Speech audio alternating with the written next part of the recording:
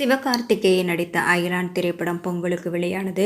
ரவிக்குமார் இயக்கிய இந்த படம் சயின்ஸ் ஃபிக்ஷன் ஜேனரில் வெளியானது. இந்நிலையில் அயலான் படு தோல்வியடைய டி. இமான் தான் காரணம் என ரசிகரிடம் வாக்கெடுப்பு நடத்தி ப்ளூ சட்டை மாறன் ட்ரோல் செய்துள்ளார். இந்த ஆண்டு பொங்கலுக்கு கேப்டன் மில்லர், அயலான், மிஷன், மெரி கிறிஸ்மஸ் ஆகிய படங்கள் வெளியாகின. இதில் தனுஷின் கேப்டன் மில்லர், சிவகார்த்திகேயனின் அயலான் படங்களுக்கு இடையே தான் கடும் போட்டி நிலவியது. முதல் 2 நாட்களில் கேப்டன் மில்லர் படத்திற்கு தான் நல்ல ஓப்பனிங் இருந்தது. ஆனால் அடுத்தடுத்த நாட்களில் அயலான் படத்திற்கு நல்ல வரவேற்பு கிடைத்தது.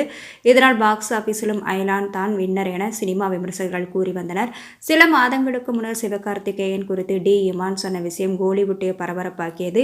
இனி சிவகார்த்திகேயன் படங்களுக்கு இசையமைக்க மாட்டேன், அவர் எனக்கு நம்பிக்கை துரோகம் செய்துவிட்டார் என கூறியிருந்தார். ப்ளூ சட்டை மாறன் நடத்திய இந்த வாக்கெடுப்பில் டி. இமான் சர்ச்சைதான் அயலான் தோல்விக்கு காரணம் என 56.4% பேர் கூறியுள்ளனர். 43.6% பேர் இல்லை என வாக்களித்துள்ளனர். இதனையடுத்து ப்ளூ சட்டை மாறனுக்கு பதிலடி கொடுத்துள்ள சிவகார்த்திகேயன் ரசிகர்கள், அயலான் தோல்வி அடைந்திருந்தால் எப்படி 2ஆம் பாகத்திற்கு படக்குழு ரெடியாகியிருக்கும் என கேள்வி எழுப்பியுள்ளனர். அயலான் 2ஆம் பாகம் விரைவில் வெளியாகும் என இயக்குனர் ரவிக்குமார் கூறியிருந்தது குறிப்பிடத்தக்கது.